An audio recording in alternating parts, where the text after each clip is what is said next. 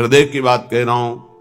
आज हाथ जोड़ के प्यार से, शासन से, हर तरह से आपको भगवान प्रेरित करके निकाल रहे हैं। इस दलदल से निकल चलो।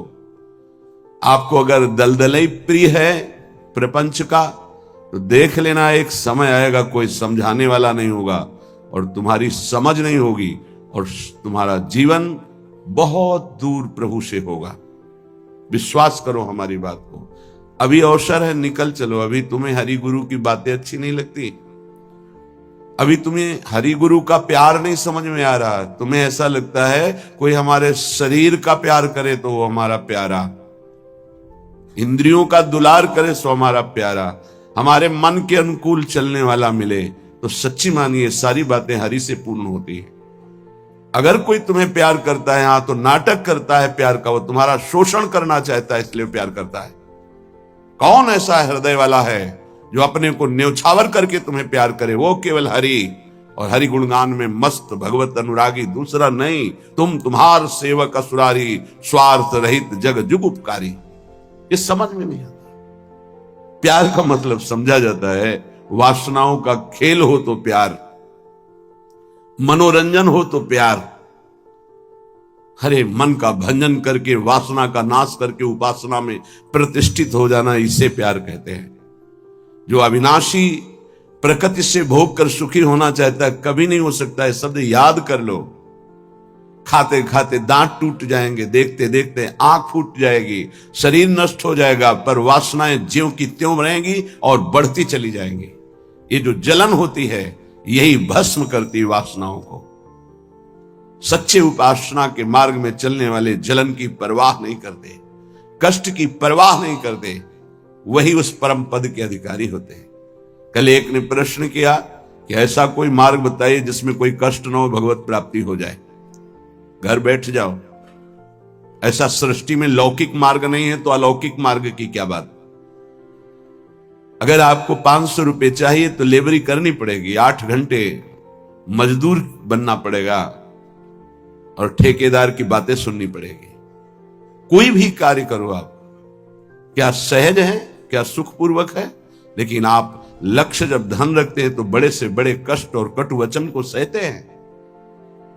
आप जब दुख से निकलने के लिए लक्ष्य बना लिया भगवत प्राप्ति, तो फिर ये मनोरंजन कैसा, यही समझ में नहीं आता। एक आदमी प्यासा होता है, पानी पिला दे, कभी अगर वो दोबारा दिखाई देता है तो नेत्र नम हो जाते हैं कि एक दिन की प्यास इसने बुझाई थी। जन्म जन्म की प्यास बुझाने के लिए नाम मिला, मंत्र मिला, उपासना मिली, उसका कोई महत्व नहीं। ये तुम्हें प्यार नहीं नजर आ रहा। जो कभी संभाषण नहीं करते थे, देखते नहीं थे, वे तुम्हें अंतर और बाहर दोनों से देख रहे, तुमसे संभाषण कर रहे हैं, ये तुम्हें प्यार नहीं समझ में आ रहा। हमारी तो यही समझ में नहीं आ रहा कि उपासक का लक्ष्य क्या है। अगर लक्ष्य नहीं है तो तुम्हें कोई भी बदल नहीं सकता, और लक्ष्य है तो तुम्हें कोई बदल नहीं सकता। दोनों बातें समझ लो। लक्ष्य नहीं है तो तुम्हें परमार्थी कोई नहीं बना सकता, और लक्ष्य है तो तुमको कोई स्वार्थी नहीं बना सकता। चाहे जितना कुसंग हो जाए, तुम्हारा परिवर्तन नहीं हो सकता, क्योंकि तुम्हारा लक्ष्य है हरि गुरु को प्राप्त करना। उपासक समझिए, एक एक कदम तुमको प्यार मिलता चला जा रहा है। जानते हो, केवल पेट भरने के लिए, शरीर में वस्त्र पहनने के लिए और वास के लिए पूरा जीवन मेहनत करते हैं लोग, तब वो प्राप्त होता है। तुम्हें आदर के साथ ये सब बिना किसी प्रयास के मिल रहा है। किस लिए? तुम भगवान के हो, प्रियालाल के हो। इस बात की तुम्हें इज्जत रखनी है कि तुम प्रभु के दास हो, उसी की सब सुविधा है। अगर दासत्व विषयों का रखोगे तो छल कर रहे हो हमारे प्रभु के साथ। ये छल तुम्हारे हृदय को ताप पहुंचा देगा, ऐसा ताप जो कहीं शांति नहीं मिलेगी। समझ में नहीं आता। मेरे प्रभु उतरते चले जाते हैं, झुकते चले जाते हैं आपको उठाने के लिए। आप ऐठते चले जाते हैं कि आप कुछ हैं, भोगना पड़ेगा आपको आगे। शब्द याद कर लीजिए। आगे आपको प्रतिकूलता ऐसे घेरेगी कि फिर कोई बचाने वाला दिखाई नहीं देगा, वो आप क्लेशित होंगे। इसलिए सावधान हो जाइए, परिस्थिति को सहना सीखिए। सहत सहत बाढ़े भगति गृह तन गुरु हितगार।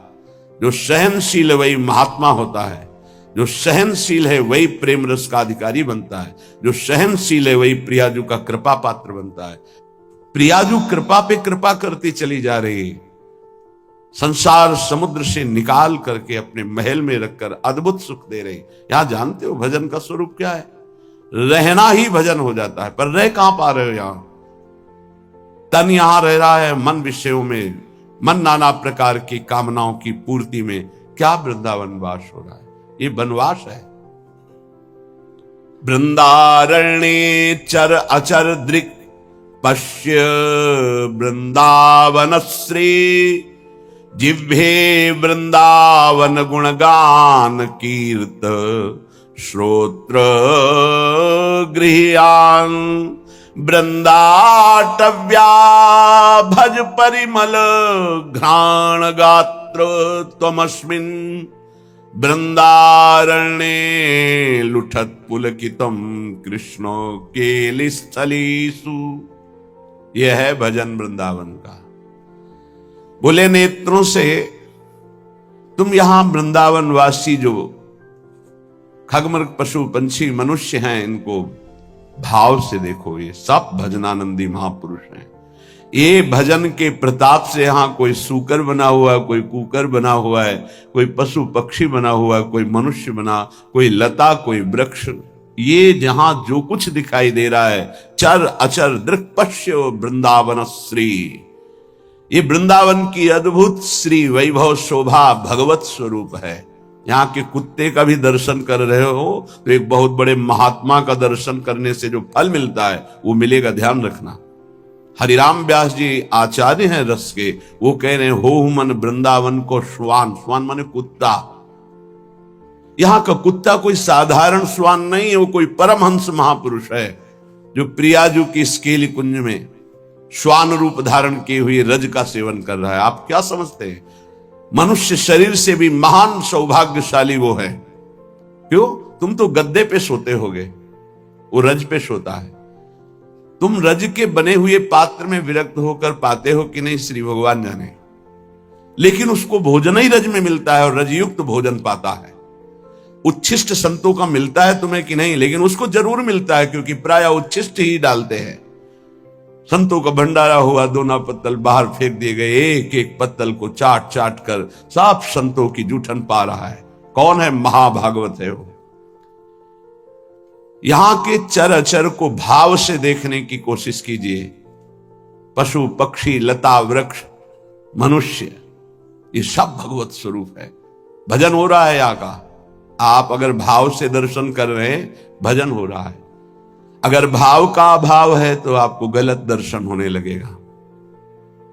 ईर्ष्या द्वेष वाली बातें, दोष गुण वाली बातें, माया जनित बातें आपको दिखाई देने लगेंगी। ऐसा यहां का भजनानंदी उपासक नहीं देखता, वो भाव से देखता है। खग मृग पशु पंछी जे या बन के चरण शरण रख लीजिए। ये सब भगवत स्वरूप है। सच्ची मानिए, सब भगवत स्वरूप है। ऐसे वृंदावन में रहो।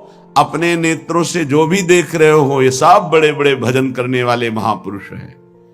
न जाने कौन सा भजन किस जन्म में बना कि वो इस धाम में आकर के नाली के कीड़ा पशु पक्षी इन रूपों में विराजमान है। श्रीपाद प्रबोधानंद जी कह रहे हैं, बाहर मुझे चतुर्मुख परम वेदों का ज्ञाता ब्रह्मा पद ऐश्वर्य पद नहीं चाहिए, लेकिन वृंदावन में नाली का कीड़ा बना दो मुझे। ये जितने भी आपकी दृष्टि में आ रहे हैं, आपका भारी भजन बन रहा है यदि भाव से आप देख रहे हैं। मेरे प्रभु के जन हैं, ये बड़े बड़े भजन करने वाले हैं। चाहे वो कोई बेल हो, कोई वृक्ष हो, ये सब भगवत स्वरूप है। ऐसे तो अपने नेत्रों का भजन करो। ये नेत्रों का भजन है। अब जिह्वे वृंदावन गुणगान, जीभ का भजन है। वृंदावन की प्रिया प्रीतम की रूप माधुरी, गुण माधुरी, लीला माधुरी, कुंज निकुंजों की ये जो चर्चा करते हैं, अर्थात श्रीमद चतुरासी जी गाते हैं, 42 लीला गाते हैं, श्रीमद राधा सुधा निधि, केली मालजू, महावाणी जू, ये सब वाणी का भजन हो रहा है। दिव्य भजन, वाणी की सार्थकता हो रही, नाम कीर्तन करते हैं, राधा राधा राधा, वृंदावन वृंदावन वृंदावन, जिह्वे वृंदावन गुणगान, जीव का भजन हो रहा है, खूब गुणगान कर रहे हैं प्रिया प्रीतम का। कीर्तय श्रोत, श्रवणेन्द्री का भजन हो रहा है, खूब नाम कीर्तन सुन रहे हैं, बड़ा सुख मिलता है। जब यहां सब उपासक जन जोर से गाते हैं, आवाज पहुंचती, हृदय नाच उठता है। अहो भाग्य, अहो भाग्य, कीर्तन करने वाले और सुनने वाले दोनों का। नाम संकीर्तनम यस्य सर्व पाप प्रणाशनम, सारे पापों का नाश हो रहा है। उच्च स्वर से प्रभु के नाम का कीर्तन कर रहे हैं। कीर्तय श्रोत्र, श्रवणेन्द्री से सुनने मात्र से प्रिया प्रीतम का प्रेम प्राप्त, ये बड़ी सामर्थ्य है कीर्तन में। गुण कीर्तन में जो पद गायन होता है, श्रवण सुनत प्रापक रति राधा पद अम्बुज सुकुमार। आप बैठे हैं यहां सभा में और गुण कीर्तन हो रहा तो कृपा की वर्षा हो रही, आप भींज जाओगे। रासमंडल में महाप्रभु हरिवंश चंद्रजू के प्राकट्य उत्सव का 1 महीने पद गायन होता है। हमारी एकांतिक रुचि संन्यास वृत्ति के कारण प्रारंभ में सदगुरुदेव भगवान ने कहा कि आप सभा में क्यों नहीं जाते, तो उनका रुचि नहीं, एकांतिक रुचि, रही अकेला रहना शांत है। वह नहीं, वो सब उसका फल मिल गया है, प्रियाजू के चरणों की शरणागति। तो जाकर के विराजमान होकर के वहां वाणी सुनो ना, वाणी सुनने मात्र से सभा में प्रियाजू की कृपा प्राप्त होती है। बस फिर आगे प्रश्न नहीं हुआ, गुरुदेव के वचन है। अगर सभा है, ऐसे वाणी गायन हो रहा है, आप बैठे हैं, कुछ समझ में नहीं आ रहा, फिर भी आप निष्पाप हो रहे हैं, प्रियालाल की कृपा पात्र बन रहे हैं, ये बात समझनी चाहिए। कीर्तय श्रोत्र, गृह्यान वृंदाटव्या, भज परिमल घ्राण गात्र, त्वमस्मिन् वृंदारण्ये लुट पुलकितम कृष्ण केल स्थलीषु। तुम श्री वृंदावन के पुष्पों की सुगंध जो प्रियालाल के चरणों में समर्पित है, वृंदावन के पुष्प, ये खास बात है। जो हमारी ब्रजभूमि में प्रकट हुए पुष्प हैं, इनकी समानता करोड़ों रुपए का बाहर से पुष्प लाकर अर्पित करो तो मेरे प्रियालाल को उतना सुख नहीं होगा।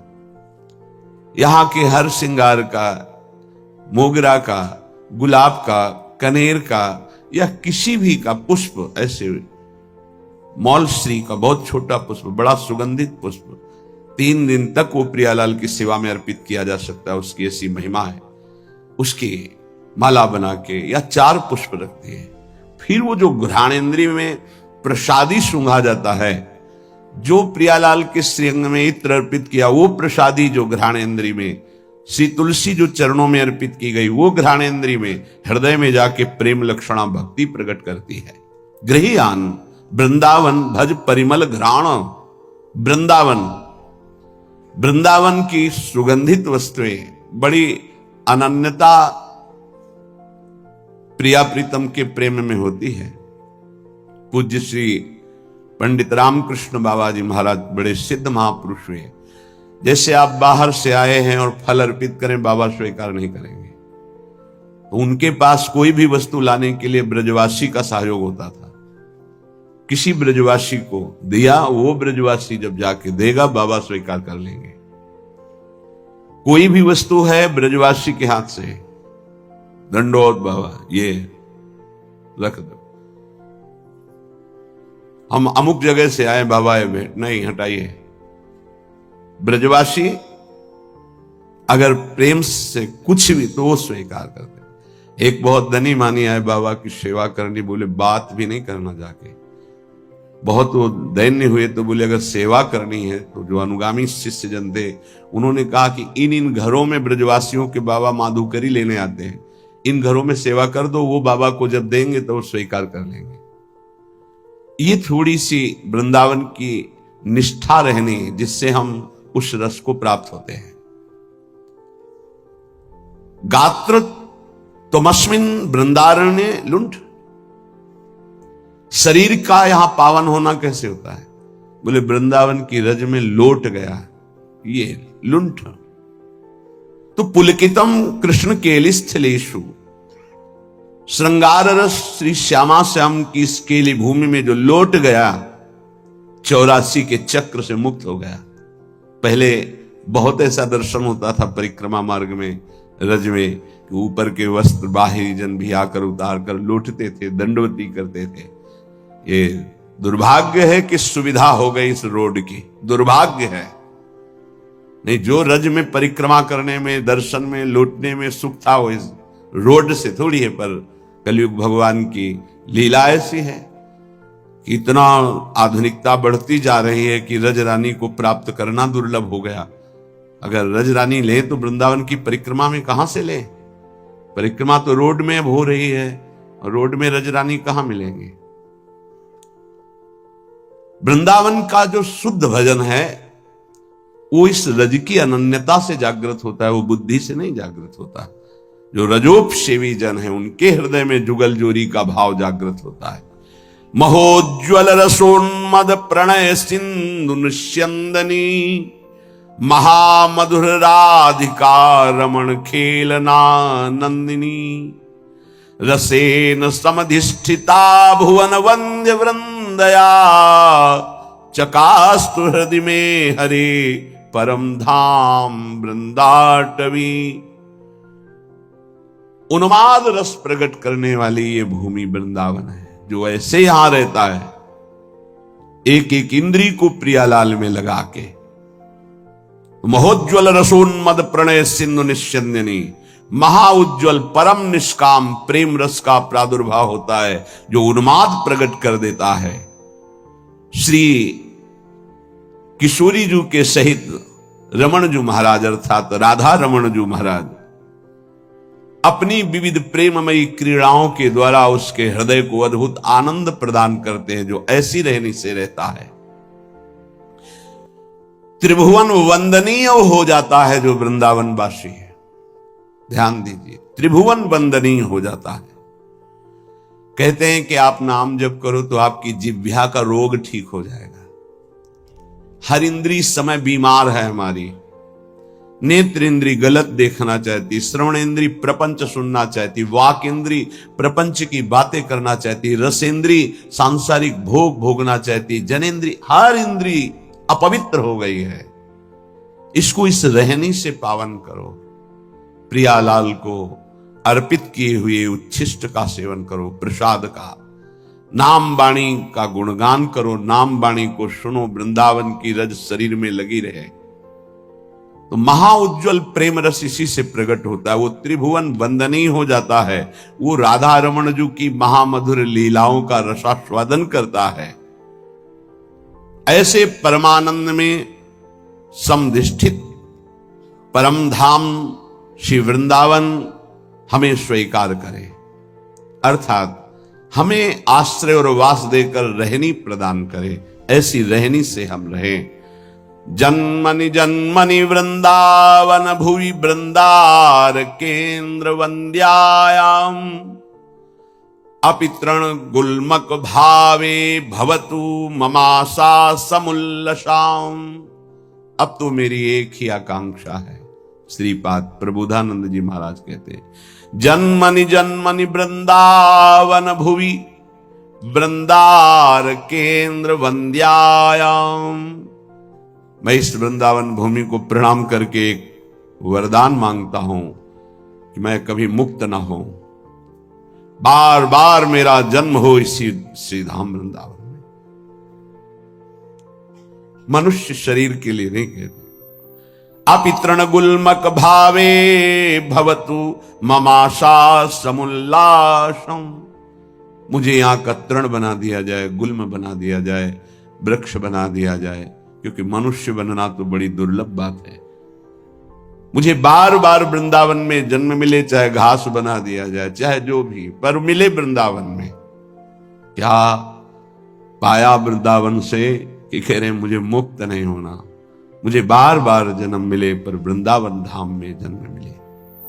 उपासक, इस कृपा को देखो कि जो बड़े बड़े महापुरुष यहाँ की गुल्मलता औषधि वृक्ष पशु पक्षी बनना चाहते हैं, तुम्हें मानव देह में वृंदावन मिला है, क्या तुम्हें प्रियाजू की कृपा नहीं दिखाई दे रही?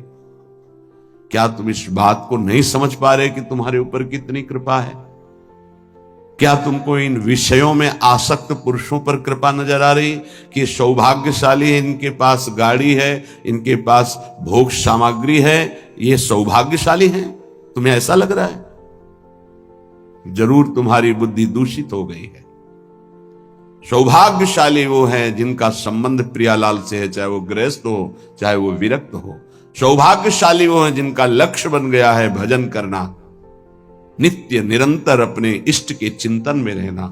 कैसा दुर्भाग्य है कि हम अपने प्यारे को छोड़कर संसार की कोई वस्तु, व्यक्ति, स्थान का प्यार चाहते हैं। कैसे धिक्कार है बुद्धि को, कैसे समझाएं?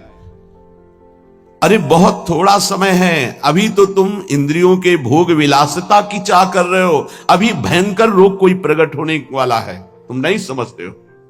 फिर क्या करोगे? फिर रोग निवृत्ति के लिए रोगे। कर्म कभी डंडा लेके किसी को नहीं मारता, ध्यान रखना। कर्म घटना बनता है, कर्म परिस्थिति बनता है, कर्म भयानक रोग बनता है, कर्म बुद्धि को भ्रष्ट करता है, कर्म डिप्रेशन बनता है, कर्म नाना प्रकार की कुचिंताएं ये बनता है। आप समझो, बुरी दशा आने के पहले बुद्धि बदली जाती है, बुद्धि को भ्रष्ट किया जाता है, बुद्धि को गिराया जाता है। गुरु कृपा पात्र, हरि कृपा पात्र, बुद्धि को छोड़ दे विषयों की तरफ, ये तो बहुत बड़ी हानि का विषय है। सावधान, इस जन्म को मत बर्बाद करो, बहुत कृपा हो गई। कुछ देखी देखा बाबा जी बन जाता है, देखी देखा है, इसका बाढ़ा जोग, छीजी काया बाढ़ा रोग, सधुवई भाषा।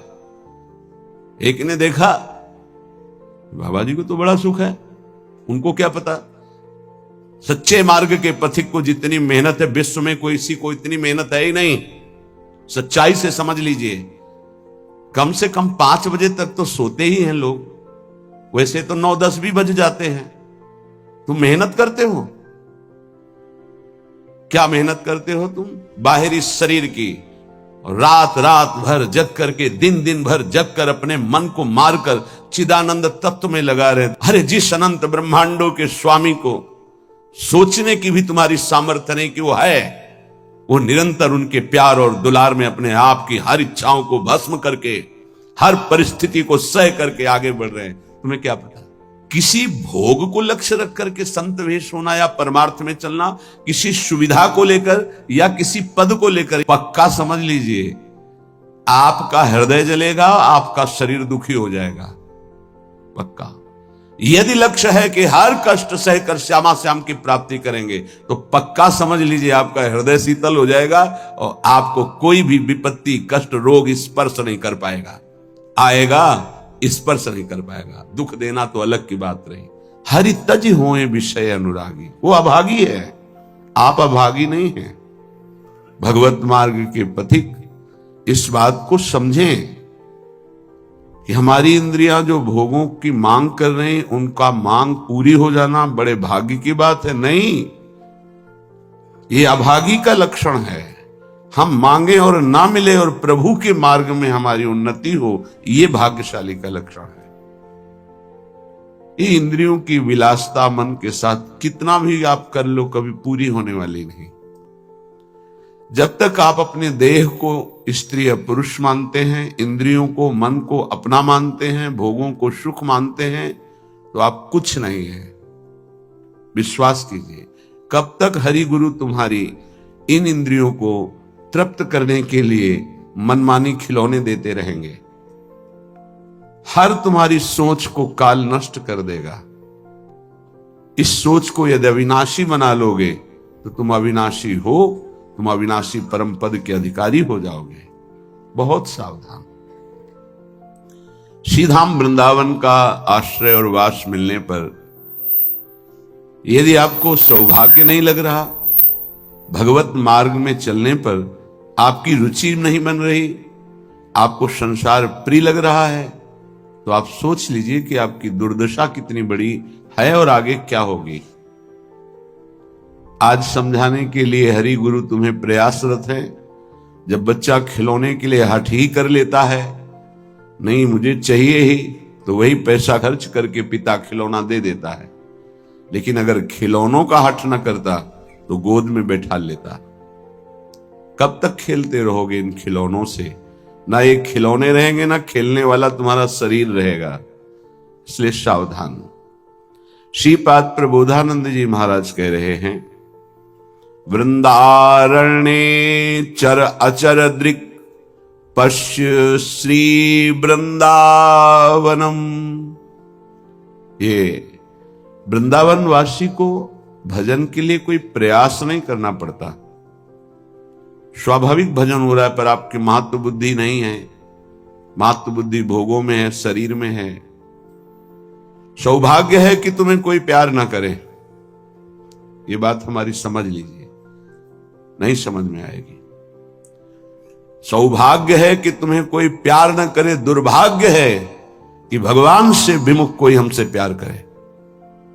धिक्कार है हमारे भाग्य को यदि प्रभु के सिवा कोई हमें प्यार करे। ये बात नहीं सबकी समझ में आएगी। प्राकृतिक देह को मैं मानने वाला यही चाहता है कि मुझे कोई प्यार करे। कौन प्यार करे? हरि गुरु से बढ़कर कोई अहेतुकी प्यार करने वाला होता है, और वो प्यार कर रहे हैं, तुम्हें प्यार समझ में नहीं आ रहा। तुम्हें भोग विलासिता प्यार नजर आता है, संसार का प्यार नजर आता है, छल कपट वासना का तांडव ये तुम्हें प्यार नजर आता है। बहुत बढ़िया अवसर है, निकल चलो, नहीं भोगना पड़ेगा। आगे ऐसा अवसर आएगा जीवन में जो तुम्हें ऐसे गर्त में गिराएगा जहां से कोई निकालने वाला नहीं होगा।